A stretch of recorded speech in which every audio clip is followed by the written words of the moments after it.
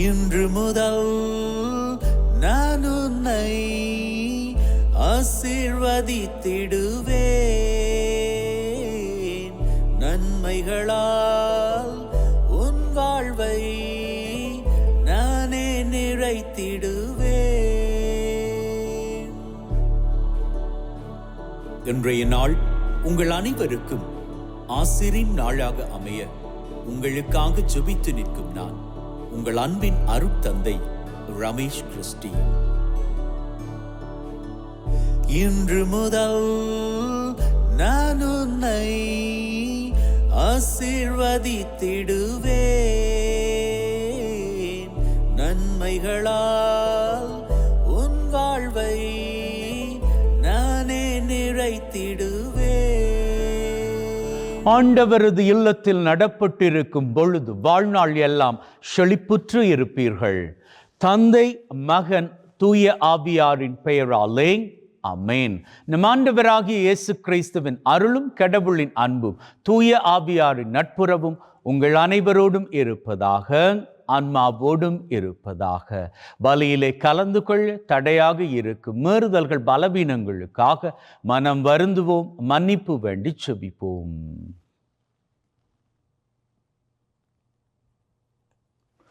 ஆண்டவரே இரக்கமாயிரும், ஆண்டவரே இரக்கமாயிரும். கிறிஸ்துவே இரக்கமாயிரும், கிறிஸ்துவே இரக்கமாயிரும். ஆண்டவரே இரக்கமாயிரும், ஆண்டவரே இரக்கமாயிரும். எல்லாம் வல்ல இறைவன் நம் மீது இரக்கம் வைத்து நம்முடைய மீறுதல்கள் பலவீனங்களில் நமக்கு விடுதலை தருவாராக. ஆமென். ஜெபிப்போமாக. அன்பே ஊற்றாகிய தகப்பனே, ஒரு புதிய நாளிலே எங்கள் ஒவ்வொருவரையும் தட்டி எழுப்பி இருக்கிறீரே, உமக்கு கோடான கோடி நன்றிகளை ஏறெடுக்கிறோம் அப்பா. மேலும் இன்றைய நாளிலே யாரெல்லாம் தங்களது பிறந்த தினத்தை கொண்டாடுகின்றார்களோ, யாரெல்லாம் தங்களது திருமண ஆண்டை கொண்டாடுகின்றார்களோ, குருக்கள், துறவியர்கள், கன்னியர்கள் தங்களது ஆசிரின் நாளை இன்றைய நாளிலே நினைவுற்று உமக்கு நன்றிகளை ஏறெடுத்து கொண்டாடுகின்றார்களோ, அத்தனை பேரையும் உம்முடைய ஆசிரின் கிருபையினால் பாதுகாப்பீராக. எங்கள் ஒவ்வொருவரினுடைய நன்றிகளையும் ஏற்றுக்கொள்வீராக. மேலும் தகப்பனே, இன்றைய நாள் மாத்திரமல்லாது இனி வரக்கூடிய ஒவ்வொரு நாட்களும் உம்முடைய கிருபையினால் எங்களை வழிநடத்தி காத்தருள வேண்டும் என்று உம்மோடு தூயாவியாரின் ஒன்றிப்பில் இறைவனாய் என்றென்றும் வாழ்ந்து ஆட்சி செய்கின்ற அவர் வழியாக உம்மை மன்றாடுகின்றோம். ஆமென். திருத்தூதர் பணிகள் நூலிலிருந்து வாசகம். அந்நாள்களில் கடவுளின் வார்த்தை மென்மேலும் பரவியது. பர்னபாவும் சவுலும் தாங்கள் திருத்தொண்டை முடித்த பின் மாற்கு எனப்படும் யோவானை கூட்டிக் கொண்டு எருசலேமிலிருந்து திரும்பிச் சென்றனர். அந்தியோக்கிய திருச்சபையில் பர்னபா நீகர் எனப்படும் சிமியோன், சீரேன் ஊரானாகிய லூக்கியு, குறுநில மன்னன் ஏரோதுவுடன் வளர்ந்த மனாயின், சவுல் ஆகியோர் இறைவாக்கினராகவும் போதகராகவும் இருந்தனர்.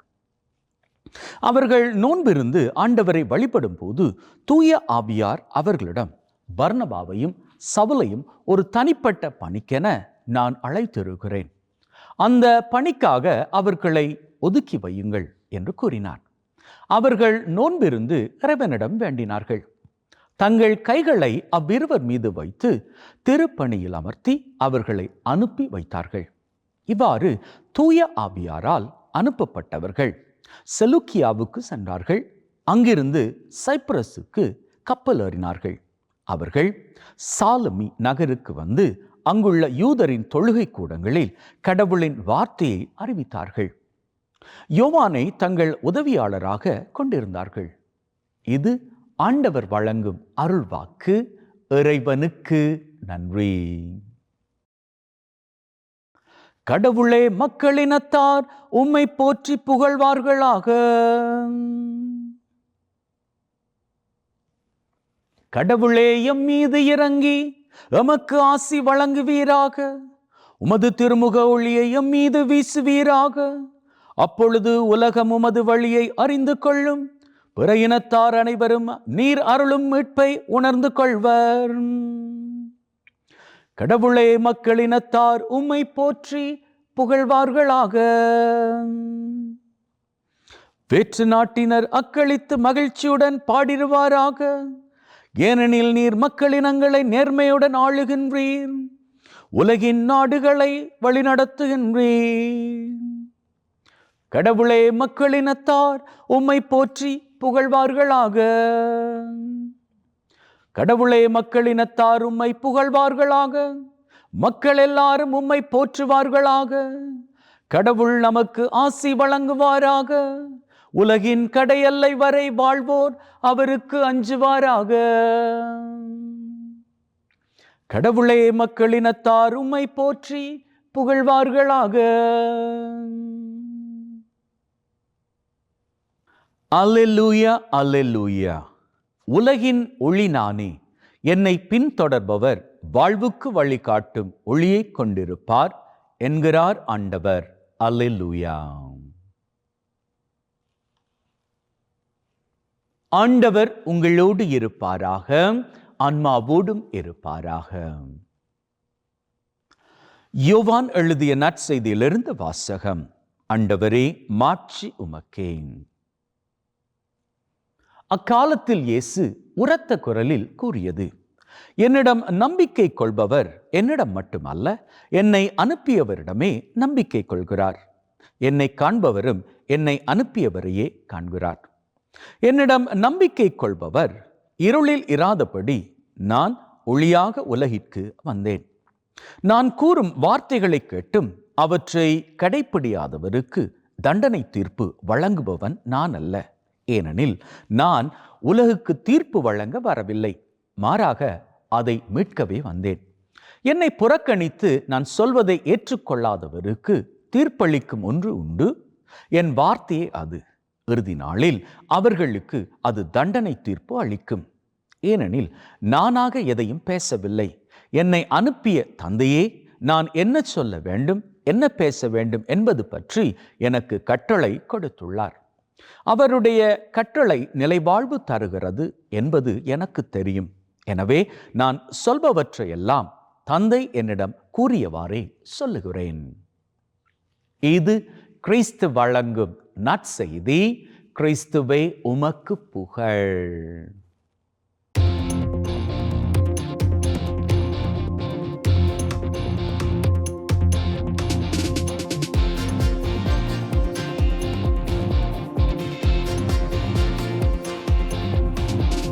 அன்பின் உள்ளங்களே, இன்னைக்கு ஆண்டவராகிய இயேசு கிறிஸ்து ஒரு அற்புதமான தத்துவத்தை நம்ம கிட்ட பேசுறாரு.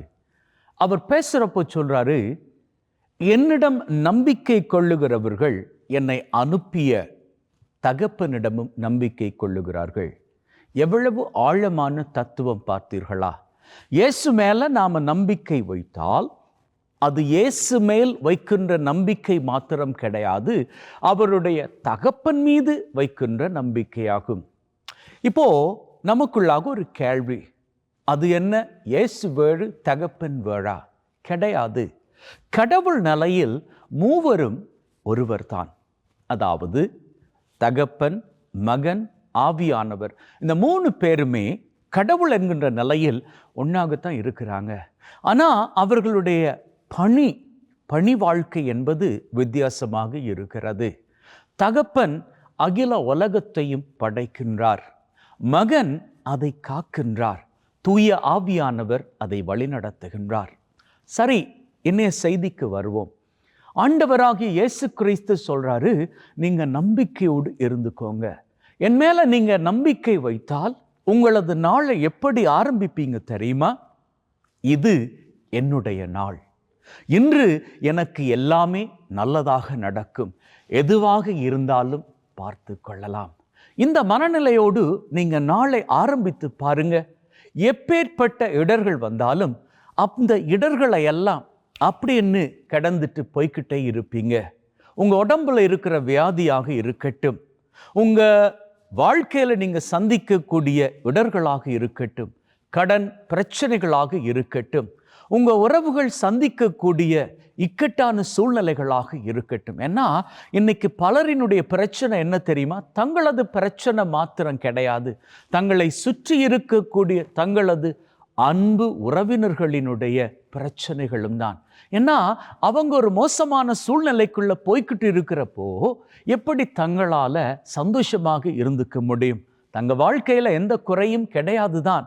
உடலால குறை கிடையாது, மனதால குறை கிடையாது, வாழ்க்கையில குறை கிடையாது. ஆனா சுற்றி இருக்கக்கூடிய அன்புறவுகள், அவர்கள் பண கஷ்டப்படுற நேரத்துல நம்மால முடிந்தால் உதவி செய்கின்றோம். ஆனா அதையும் தாண்டி அவங்க இக்கட்டான பண கஷ்டத்துக்குள்ள இருக்கும்போது நம்மால உதவி செய்ய முடியலையே அப்படி என்கின்ற ஒரு ஏக்கம், கவலை நமக்குள்ள வருவது இல்லையா? நமக்கு பிரியமானவர்கள் வேதனைப்பட்டுக்கிட்டு இருக்கிறப்போ, அவர்களது உடல்ல வியாதி, அதுவும் மோசமான வியாதி அப்படின்னு வைத்தியர் சொல்லிட்டாரு, இதை எப்படி டீல் பண்ண போறீங்க அப்படின்னு அந்த சூழ்நிலையில் இருக்கிறவர்களை பார்த்து அடுத்தவர்கள் கேள்வி கேட்கிற பொழுது அதன் மூலமாக அவர்கள் மனசு உடைந்து போகின்ற தருணத்தில் அதை பார்க்கக்கூடிய நமக்கு அது எவ்வளவு வேதனையை கொடுக்கும். இப்படித்தான் வாழ்க்கையில் நாம நன்றாக இருந்தாலும் நம்மை சுற்றி இருக்கக்கூடிய நம்முடைய அன்புறவுகள் சவால்களை சந்திக்கிற வேளையில அவர்களுக்கு உதவி செய்ய முடியலையே அப்படி என்கின்ற ஒரு நிலையில நாம இருக்கும் பட்சத்துல நம்மால எப்படி சந்தோஷமாக வாழ முடியும்? ஆனா ஆண்டவர் சொல்றாரு, நீங்க வாழ்க்கையில சந்தோஷமாக இருக்கணும் அப்படின்னு சொன்னா என்னை நம்பிக்கொள்ளுங்கள். என்னை நம்புகிற பொழுது நீங்க தகப்பனையே நம்புறீங்க. தகப்பன் யாரு? இந்த அகில உலகத்தையே படைத்தவர். படைத்தவருக்கு படி அளக்க தெரியும் அப்படின்னு ஒரு கூற்று இருக்குது இல்லையா? அதாவது தெய்வத்திற்கு நீங்க என்ன காரியங்களுக்கூடாக கடந்துக்கிட்டு போறீங்க அப்படின்னு அவருக்கு நன்றாக தெரியும். ஏன், இந்த சூழ்நிலைக்கு நீங்க வருவதற்கு முன்னதாகவே அவருக்கு எல்லாம் தெரியும். ஆகவே அவருக்கு தெரியும் உங்களது முடிவு எப்படி இருக்க போகிறது. நீங்க சந்திச்சுக்கிட்டு இருக்கக்கூடிய இந்த பிரச்சனைக்கான முடிவு எப்படி இருக்க போகிறது அப்படின்னு அவருக்கு தெரியும். அது நல்லதாகவே இருக்கும் அப்படின்னு அவருக்கு தெரியும். He knows the end from the beginning அப்படின்னு சொல்லுவாங்க. நம்முடைய முடிவு எப்படி இருக்க போகிறது அப்படி என்பதை அவர் ஆரம்பத்திலேயே அறிந்து வைத்திருக்கிறார் அப்படின்னு. ஆகவே அவருக்கு எந்த விதமான மன தழும்பலும் கிடையாது. உங்களை குறித்து எந்த மன தழும்பலும் கிடையாது. அவர் மனதால தழும்பி போக மாட்டாரு. ஏன்னா அவருக்கு தெரியும் உங்களது வாழ்க்கை இப்போ சில மோசமான சூழ்நிலைகளுக்குள்ளாக போய்கிட்டு இருந்தாலும் இதை தாண்டி நீங்க வருகிறப்போ அங்கே ஆசீர்தான், மகிழ்வுதான், சிகரங்கள் தான் அப்படின்னு. நீங்க மாத்திரமல்ல, உங்களது உறவுகள் இருக்கிறார்களே, அவர்கள் போய்கொண்டு இருக்கக்கூடிய மோசமான சூழ்நிலை அது எப்பேற்பட்டதாக இருந்தாலும் அந்த காரியங்களில் எல்லாம் இருந்து அவர்கள் வெளியே வந்து மகிழ்வாக வாழப் போகிறார்கள் அப்படின்னு அவருக்கு தெரியும். அதனால நீங்க கவலைப்பட வேண்டாம். ஏன்னா கவலைப்படுவது உங்களது பணி கிடையாது, அது தெய்வத்தின் பணி. வேதம் தெளிவாக சொல்லுகிறது அல்லவா? அவரே சொல்லி இருக்கிறார், வேதத்தில் அவரே சொல்லி இருக்கிறார், நான் உங்கள் மீது கவலையாக இருக்கிறேன். உங்களது வாழ்க்கையை குறித்து நீங்க ரொம்ப யோசிக்கிற வேளையில உங்க மேல நான் கவலையாக இருக்கிறேன். எதனால் தெரியுமா? என்னுடைய பிள்ளைகள் என் மீது நம்பிக்கை வைத்தால் இந்த வாழ்க்கையை ஜாலியாக வாழ்ந்துகிட்டு போவாங்களே. வரக்கூடிய பிரச்சனைகள், இடர்கள், சவால்கள் இதெல்லாம் பார்த்து இவர்கள் கலங்கி போக மாட்டார்களே அப்படின்னு ஆண்டவர் நம்ம மேல கவலையோடு இருக்கிறார். ஆண்டவரை கவலைப்படுத்த வேண்டாம். நாம் கவலைப்பட்டு அவரை கவலைப்படுத்த வேண்டாம். அவர் நம் மீது அக்கறை உள்ளவராக இருக்கிறார். ஆகவே நாம் என்ன பண்ணிக்கணும்? இன்னைக்கே, இப்போதே நம்முடைய வாழ்க்கையில் ஒரு மாற்றத்தை நாம் காணணும் அப்படின்னா அதுக்கான அடியை இன்னைக்கே நாம் ஆரம்பிக்கணும். இப்போவே நாம் முடிவெடுக்கணும்.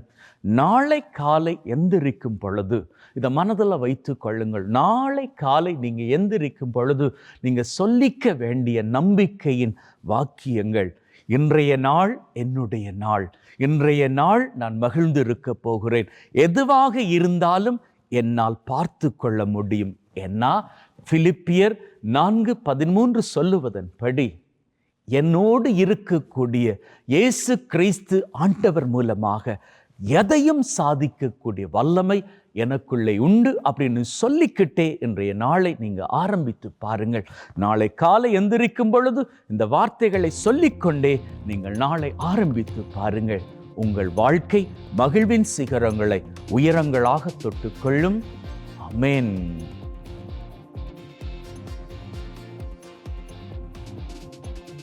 நன்றி நன்றி ராஜா,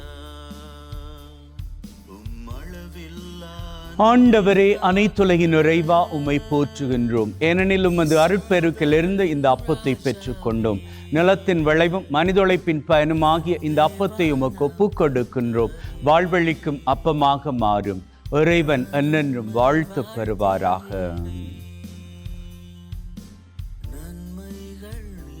ஆண்டவரே, அனைத்துலகின் நிறைவா உம்மை போற்றுகின்றோம். ஏனெனில் உமது அருட்பெருக்கிலிருந்து இந்த ரசத்தை பெற்றுக் கொண்டோம்.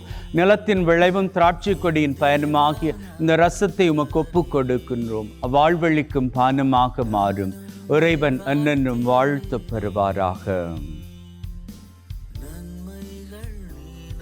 Wash away from my iniquities, cleanse me from all my sins. சகோதர சகோதரிகளை, பிள்ளைகளை, என்னுடையதும் உங்களுடையதுமான இந்த பலி நம் தந்தையாகிய இறைவனுக்கு ஏற்றதாகும்படி மன்றாடுங்கள். ஆண்டவர் தன்னுடைய திருப்பெயரின் புகழ்ச்சிக்காகவும் மாட்சிக்காகவும் திரு அவையின் நன்மைக்காகவும் கையிலிருந்து இந்த பலியை ஏற்றுக்கொள்வாராக. மீட்பு கூற்றாகிய தகப்பனை இறைவா, ஒப்பு கொடுக்கின்ற பலி வழியாக எங்கள் வாழ்வின் மீது நிறைய ஆசிரை பொழிந்தருள்வீராக. எங்கள் ஆண்டவராகிய கிறிஸ்து வழியாக உம்மை மன்றாடுகின்றோம். ஆமென். ஆண்டவர் உங்களோடு இருப்பாராக, ஆன்மாவோடும் இருப்பாராக. இதயங்களை மேலே எழுப்புங்கள். ஆண்டவரை நோக்கி எழுப்பியுள்ளோம். நம் இறைவனாகிய ஆண்டவருக்கு நன்றி கூறுவோம். அதுவே தகுதியும் நீதியுமானது. தூயவரான தந்தையே, என்றும் வாழும் எல்லாம் வல்ல இறைவா, எந்நாளும் எவ்விடத்திலும் நாங்கள் உமக்கு நன்றி பலி செலுத்துவது மெய்யாகவே தகுதியும் நீதியுமாகும். எங்கள் கடமையும் மீட்புக்குரிய செயலுமாகும். உம்முடைய வார்த்தையானவர் வழியாக அனைத்தையும் படைத்தீர். அவரே மீட்பராக இடைற்றுபவராக எங்களுக்கு அனுப்பினீர். அவர் தூய ஆவியால் கன்னிமரியிடமிருந்து உடலெடுத்து மனிதனானார். சாவை வென்று உயிர்ப்புண்ணென விளங்க செய்தார். ஆகவே வானதூதர் புனிதர் அனைவரோடு நாங்களும் சேர்ந்து உம்முடைய மாட்சியை புகழ்ந்து ஒரே குரலாய் சொல்லுவதாவது: தூயவர் தூயவர் தூயவர், வான் படைகளின் கடவுளாம் ஆண்டவர்.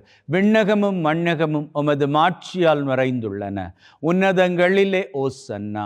ஆண்டவர் பெயரால் வருகிறவர் ஆசி பெற்றவர். உன்னதங்களிலே ஓசன்னா. ஆண்டவரே, நீர் மெய்யாகவே தூயவர், தூய்மை அனைத்திற்கும் ஊற்று. ஆகவே உம்முடைய ஆவியை பொழிந்து காணிக்கைகளை தூய்மைப்படுத்த தாழ்மையுடன் வேண்டுகின்றோம். இவ்வாறு எங்கள் ஆண்டவர் இயேசு கிறிஸ்துவின் உடலும் இரத்தமுமாக எங்களுக்கு இவை மாறுவனவாக. அவர் பாடுபட உளம் கனிந்து தம்மை கையளித்த போது அப்பத்தை எடுத்து நன்றி செலுத்தி அதை பிட்டு தம் சீடருக்கு கொடுத்து அவர் சொன்னதாவது: எல்லாரும் இதிலிருந்து பெற்று உண்ணுங்கள், ஏனெனில் இது உங்களுக்காக கையளிக்கப்படும் என் உடல்.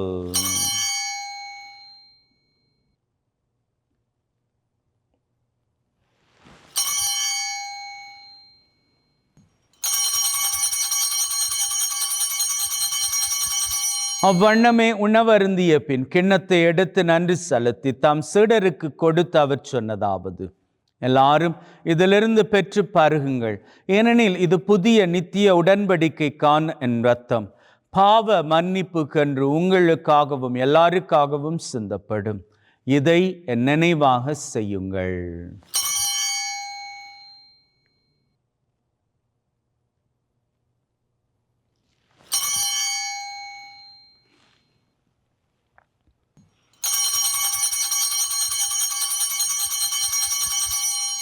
விசுவாசத்தின் மறைபொருள். ஆண்டவரே, நீர் வரும் வரை உமது இறப்பை அறிக்கை செய்கின்றோம், உமது உயிர்ப்பையும் எடுத்துரைக்கின்றோம். ஆகவே ஆண்டவரே, நாங்கள் கிறிஸ்துவின் இறப்பை உயிர்ப்பை நினைவு கூர்ந்து வாழ்வு தரும் அப்பத்தை மீட்பளிக்கும் கிண்ணத்தை உமக்கு ஒப்புக் கொடுக்கின்றோம். திருமண் நின்று உமக்கு ஊழியம் புரிய தகுந்தவர்கள் என எங்களை ஏற்றுக்கொண்டீர். எனவே உமக்கு நன்றி செலுத்துகின்றோம். மேலும் கிறிஸ்துவின் உடலிலும் இரத்தத்திலும் பங்கு கொள்ளும் எங்களை தூய ஆவி ஒன்று சேர்க்க வேண்டுமென தாழ்மையுடன் வேண்டுகின்றோம். ஆண்டவரே, உலகெங்கும் பரவி இருக்கும் உம்முடைய திரு அவை, எங்கள் திரு தந்தை லியோ, எங்கள் ஆயர் தாமஸ் மற்றும் உம்முடைய குருக்கள், துறவியர்கள், கன்னியர்கள், பொதுநிலையினர் அனைவரையும் பரம அன்பின் உறுதி பெற செய்தருளும். உயிர்த்தெழும் எதிர்நோக்குடன் இறந்து போன எங்கள் சகோதர சகோதரிகளை, இறந்தோர் அனைவரை ஒளிர்மிக்கவும் திருமுன் ஏற்றுக்கொள்ளும். எங்கள் அனைவர் மீதும் இரக்கமாயிரும். கடவுளின் கன்னித்தாயான மாட்சிமிக்க மரியா, அவருடைய கணவரான புனித யோசேப், இவ்வுலகில் உமக்கு உகந்தவர்களாயிருந்த புனிதராகிய அனைவருடன் நிலை வாழ்வில் தோழமை கொண்டு திருமகன் கிறிஸ்து வழியாக உம்மை புகழ்ந்தேற்றும் வரமருள உம்மை மன்றாடுகின்றோம். உள்ளங்களே, தெய்வீக பிரசன்னம் இங்கே. ஆண்டவருடைய உண்மையான பிரசன்னத்தின் முன்பாக நம்முடைய தேவைகளை சமர்ப்பித்து நிற்போம். அந்த வகையில் முதலில் இன்றைய நாளுக்கான தேவை.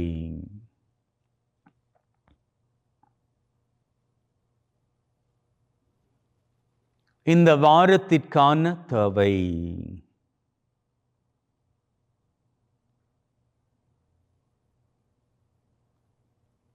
இந்த மாதத்திற்கான தேவை.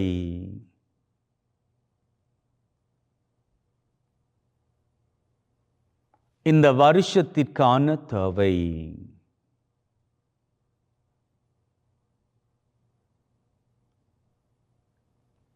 உள்ளத்தின் ஆழத்தில் இருக்கக்கூடிய 3 விசேட தேவைகள்.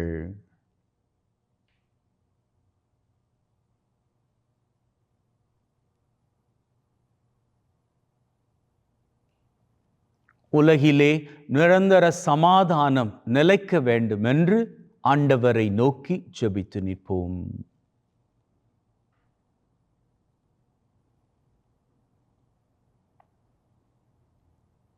நம்முடைய 8 தேவைகளையும் நாம் நம்பிக்கையோடு கேட்ட மாத்திரத்திலேயே தெய்வம் நமக்கு நிறைவேற்றி கொடுத்து விட்டார் என்கின்ற உள்ளத்தின் ஆழமான நம்பிக்கையோடு வாருங்கள், அவர் புகழை வணக்கமாக ஏறெடுப்போம்.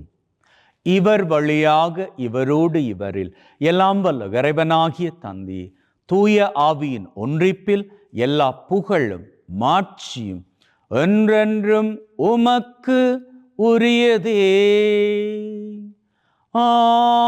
ஆமேன்,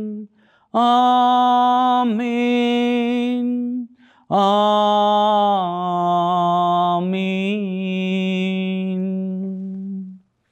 மீட்பரின் கட்டளையால் கற்பிக்கப்பட்டு தேவ படிப்பினையில் பயிற்சி பெற்ற நாம் நம்பிக்கையோடு சொல்லுவோம். விண்ணுலகில் இருக்கிற எங்கள் தந்தையே, உமது பெயர் தூயது என போற்ற பெறுக. உமது ஆட்சி வருக. உமது திருவுளம் விண்ணுலகில் நிறைவேறுவது போல மண்ணுலகிலும் நிறைவேறுவதாக. எங்கள் அன்றாட உணவை இன்று எங்களுக்கு அளித்தருளும். எங்களுக்கு எதிராக தீமை செய்வோரை நாங்கள் மன்னிப்பது போல எங்கள் பாவங்களை பொறுத்தருளும். எங்களை சோதனைக்குட்படுத்தாதையும் தீமையிலிருந்து எங்களை விடுவித்தருளும். ஆண்டவரே, தீமை அனைத்திலும் இருந்து எங்களை விடுவித்து எங்கள் வாழ்நாளில் அமைதியை கனிவுடன் அருள உம்மை வேண்டுகின்றோம். உம்முடைய இரக்கத்தின் உதவியால் நாங்கள் பாவத்திலிருந்து எப்பொழுதும் விடுதலை பெற்று யாதொரு கலக்கமுமின்றி நலமாயிருப்போமாக. நாங்கள் எதிர்நோக்கி இருக்கும் பேரின்பத்திற்காகவும் மீட்பராகிய இயேசு கிறிஸ்துவின் வருகைக்காகவும் காத்திருக்கின்றோம். ஏனெனில் ஆட்சியும் வல்லமையும் மாட்சியும் என்றென்றும் உமக்குரியதே. ஆண்டவரே இயேசு கிறிஸ்துவே, அமைதியை உங்களுக்கு விட்டு செல்கிறேன், என் அமைதியை உங்களுக்கு தருகிறேன் என்றும் திருத்தூதர்களுக்கு சொன்னீரே. எங்கள் மீறுதல்கள் பலவீனங்களை பார்க்காமல் உம்முடைய திரு அவை நம்பிக்கையை கண்ணோக்கி அதற்கு அமைதியும் ஒற்றுமையும் தந்தருள திருவிழம் கொள்வீராக. என்றென்றும் வாழ்ந்து ஆட்சி செய்கின்றவர் நீரே. அமேன். ஆண்டவருடைய அமைதி உங்கள் அனைவரோடும் என்றும் இருப்பதாக, ஆன்மாவோடும் இருப்பதாக. ஒருவர் ஒருவருக்கு கிறிஸ்துவின் அமைதியை பகிர்ந்து கொள்வோம்.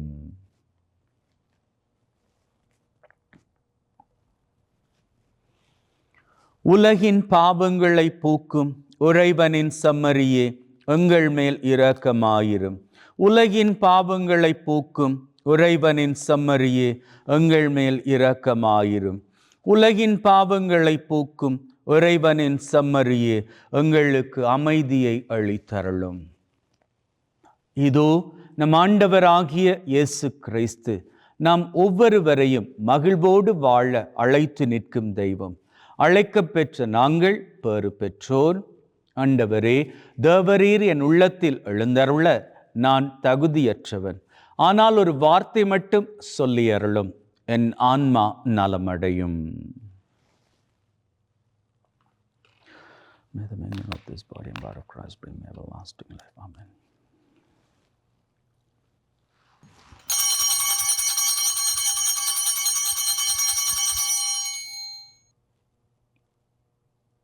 இயேசுவே, உம்மை என் இருதயத்தில் பெற்றதற்காக நன்றி. என்னுள் வாசமாயிருந்து என்னை வழிநடத்தும். என் சிந்தனை, வார்த்தை, செயல் அனைத்தும் உமக்கு பிரியமானவையாக இருக்க அருள் தாரும். என்னை உம்மை விட்டு பிரியாதபடி காத்தருளும். ஆமேன். ஜெபிப்போமாக. அப்பா தகப்பனே, இந்த பலி மூலமாக எங்களை ஆசீர்வதித்திருக்கிறீரே, உமக்கு கோடான கோடி நன்றிகளை ஏறெடுக்கின்றோம். மேலும் தகப்பனே, இந்த பலி மூலமாக நாங்கள் ஒப்பு கொடுத்து ஜெபித்த எங்களது 8 தேவைகளையும் நாங்கள் கேட்ட மாத்திரத்திலேயே எங்களுக்கு நிறைவேற்றி தந்து விட்டீர் என்று ஆழமாக நம்புகின்றோம். இந்த நம்பிக்கையோடு நாங்கள் பயணிக்க உதவி செய்வீராக. மேலும் தகப்பனே, இன்றைய நாளிலே எங்கள் ஒவ்வொருவரையும் ஆபத்துக்கள், விபத்துக்கள், தீமைகள், துன்பங்கள், அவமானங்கள், அவதூறுகள், துப்பாக்கிச் சூடுகள், குண்டுவெடிப்புகள், உடல் உள்ள நோய் நொடிகள், வைரஸ் கிருமிகளின் தொல்லைகள், போதை பழக்கத்தின் அடிமை தொல்லைகள் சகலவற்றிலிருந்தும் நீர்தாமே எங்கள் அத்தனை பேரையும் தப்புவித்து காத்தருள வேண்டும் என்று எங்கள் ஆண்டவராகிய கிறிஸ்து வழியாக உம்மை மன்றாடுகின்றோம். ஆமேன். ஆண்டவர் உங்களோடு இருப்பாராக, ஆன்மாவோடும் இருப்பாராக. எல்லாம் வல்ல இறைவன் தந்தை, மகன், தூய ஆவி உங்கள் அனைவரையும் ஆசீர்வதிப்பாராக. ஆமேன். சென்று வாழுங்கள். திருபலி நிறைவேறிற்று. இறைவனுக்கு நன்றி. அன்பின் உள்ளங்களே, ஆண்டவர் உங்களை அழைக்கின்றார் மகிழ்வோடு வாழும்படிக்கு. இன்று மாத்திரமல்ல, எந்நாளும் எப்பொழுதும் மகிழ்ந்திருங்கள். May God bless you. See you all tomorrow. நன்றி நன்றி ராஜா, உம்மளவில்லா அன்பிற்காக. இஸ்ரவேலின் ராஜாவே, தேவானாம் கர்த்தரே, நான் உம்மை வாழ்த்துகிறேன். நன்மைகள் நினைக்கின்றேன். இஸ்ரவேலின் ராஜாவே, என் தேவானாம் கர்த்தரே, நான் உம்மை வாழ்த்துகிறேன். நன்மைகள்